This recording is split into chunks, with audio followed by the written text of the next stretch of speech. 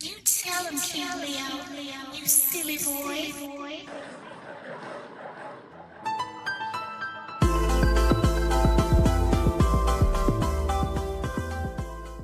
So I know I'm probably a little bit late to the party with both of these, but I just recently finished Stranger Things. And when I tell you that show is like amazing, that show is like phenomenal. Because I've heard about it and I've had people talk to me about it and they've been like, have you seen Stranger Things? Like have you watched Stranger Things? Like, and I'll be like, nah, like I've heard of it, but I've never watched it because I've never gave it like the chance to because it was like a point in time where I felt like Netflix kind of fell off. So I didn't really watch Stranger Things. Like Stranger Things came out around the time Netflix was really popular. But around that time, I really wasn't watching too much newer shows on Netflix. I was kind of watching like the older shows and kind of like the cartoons that they would bring on there. Not more so like the real or actual shows. But I've always seen it though. And for the other show that I'm late to the party with, but I've seen this one, is Akame Ga Kill. Kind of late on the party with talking about that one, I feel like, because I kind of feel like that's a stable anime. I feel like it's like a really goated anime. And today, I kind of want to combine these two shows into a what if scenario. Because Akame Ga Kill, it has ended. So we know how that one ends. Very tragic and horrendous ending. But with Stranger Things, we are up to 4 seasons, and we're getting the final season this year in November. We're getting part one, and I think we're getting part two in December, or part two next year. So just before I get into the recap of both the shows, before you continue with the episode, spoilers. There will be spoilers. I'll try to keep it as spoiler free as I can, but no promises. So continue at your own risk. But to get started, so basically the recap of kind of Stranger Things, what Stranger Things is basically about, it's kind of like a D&D mashup of like the retro, like these are like these. So it's about this group of friends.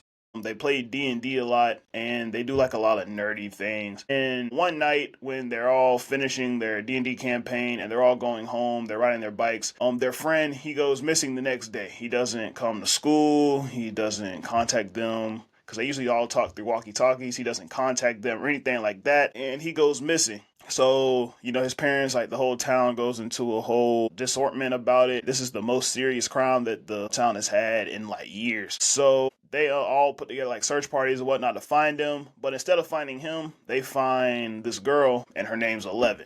And they find her where the boy was last seen, where he was missing. And when they find her, that opens up a whole new can of worms, and it goes into a whole new thing of like who is she, where is she from, and to come to find out she has supernatural psychic abilities, and that gets into kind of the whole thing with the D&D campaigns becoming into like real life with like the Demogorgon, the Mind Flayer, and then later on Vecna. So the friends kind of use like their Dungeons and Dragon, I guess, playing skills to kind of work around a lot of the issues that they have, because it's basically them versus the US government versus the evil scientist versus the evil beings from the upside down, like the Demogorgons and the Mind Flayer. And then we fast forward to season four, which is the latest one. I think it came out last year or a few years ago, but it's the latest one that we have in the series for Stranger Things. And then we fast forward to that, and that is where we get introduced to Vecna, the main overarching antagonist, other than the Mind Flayer, of the whole thing. He's kind of big bad ruler, of course, of the Upside Down.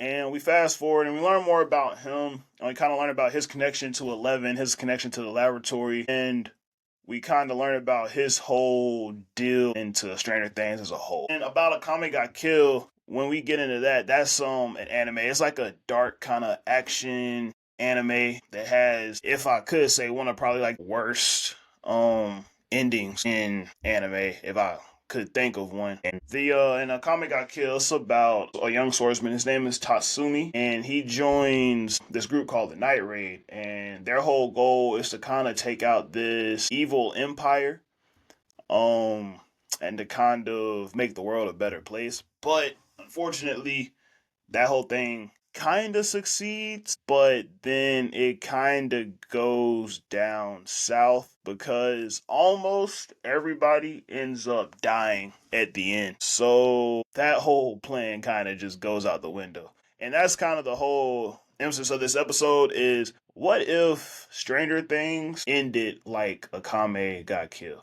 Which we don't know how Stranger Things is going to end. Like, we could make a couple of assumptions with season 5 coming up because since Akame Got Kill has already ended, we know how that one ends. Stranger Things, we don't know how that's going to end yet because we haven't got the final season. But with a lot of the deaths and the things that has already happened in the show, I could kind of see Stranger Things taking an Akame Got Kill route and having the same ending where nearly everyone dies. But just to start off, to recap with the deaths of Akame Got Kill, we have Tatsumi. He sacrifices himself to stop destruction, and then Mine. She also dies. She gets very wounded, and then she dies after confessing her love. A lot of these deaths, I see similar patterns with them, along with some of the characters in Stranger Things deaths. I kind of see a lot of comparison with some of the deaths from Akame Got Kill, because like Leon, she dies, she gets mortally injured, and she dies quietly after the final battle. And then Bulat, Shele, Chessa, and Lubak, they also have really early on deaths before like kind of everything gets really started. And then S death, of course, she dies, but she kind of suicide bombs herself to defeat Akame. So, and then in Stranger Things, Barb, she's like one of the first people to die. She gets dragged into the pool by the Demogorgon and to the Upside Down, and then she dies. And then Bob, he sacrifices himself with the Demo Dogs to save Joyce, and then he dies. And then Billy, he sacrificed himself to take out the proxy mind flayer to save 11, and so that everybody else could get away. And then Eddie, he dies in the Upside Down. He sacrificed himself as well. He starts playing the guitar to distract the demo bats so that everybody can have a chance to try to get to Vecna. And then Dr. Brenner, he's also killed in season 4. And then Max, she doesn't really die, but she's kind of on the verge because Vecna, he breaks all her bones, and then she goes blind, and she's in a coma currently as of pre-season 5, post-season 4. She's on the verge of life and death. But what if Max doesn't make it out the coma? What if everybody dies in the final battle of season 5, and 11's the last one standing, and she's kind of just mentally broken and mentally destroyed from all the things that Vecna did? Like, Vecna could take the S-Death route, and he could suicide himself to take out somebody else like Mike or something so that he can't stay and be there with 11. But 11 lives because Vecna's defeated, but she's the only one. Or like Hopper could survive with 11, and he could be kind of like a battle-hardened cop, the last standing, the veteran. But everybody else gets taken out, like Joyce, Will, Nancy, Steve, Will's brother, but was kind of already taking that route a little bit with the deaths that happened in season 4, because with like a good couple fan favorites dying, like Eddie, him dying, and then Max on the verge of life and death with the whole coma, even though she's not fully dead. The whole coma thing and us not finding that out until like I said, like post season 4, like right at the end, finding out she's in a coma and all of that. But if it did kind of take the Akame Ga Kill route, I feel like it wouldn't be bad. Like, it kind of, well, of course it would be bad, but I kind of feel like it would be understood of why.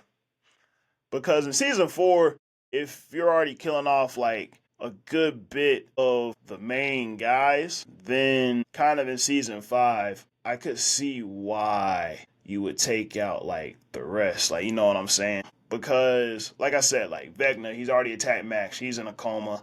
Eddie already sacrificed himself, he's already gone. And in season 5, I'm guessing 11, she's going to get her powers back. They're all going to fight Vecna. The Upside Down is already merged with Hawkins, so technically Vecna is already halfway won. So, kind of, I'm comparing it with Akame Ga Kill, where towards the end, everybody just kind of starts dropping like flies, and like them beating the Empire, kind of winning kind of not winning at the same time because of the death to live ratio, and having Stranger Things had that same route, like Max dying instead of being in the coma. Or Eleven sacrifices herself to take out Vecna for good, like Tatsumi, the hero sacrifice to take out the main villain. Or Vecna suicide bombing himself. That, I feel like that kind of ending would make sense as of what we're given. The Akame Ga Kill ending for Stranger Things, it would make sense, but it would have to be to where they would have to cut off like a few more, like Hopper or Steve. Like if Hopper or Steve died in the final battle, I feel like that would probably be like a bigger, like it would impose a bigger impact. But I want to know what you guys think. Like, do you think that ending, like that ending, will fit Stranger Things, or or what theories do you guys have for the ending? Because I know the directors, they said that it would be a good ending, that we would like it. But do you think we should get a good ending, or you think we should get a bad ending? And also, just tell me what you thought about both of the shows, and also tell me what you think about the episode. Just leave it down in the comments. Like, subscribe, follow. Don't forget to check out the TikTok, or the Instagram. I'll post a good little bit of skits there and everything. And hopefully we can get more consistent episodes coming out. I've been real busy, but hopefully we can get back on the train of doing episodes weekly, and maybe getting like, 2 out a week or 1 out a week. But yeah, so I hope you guys enjoyed the episode, and I'll see you guys on the next one.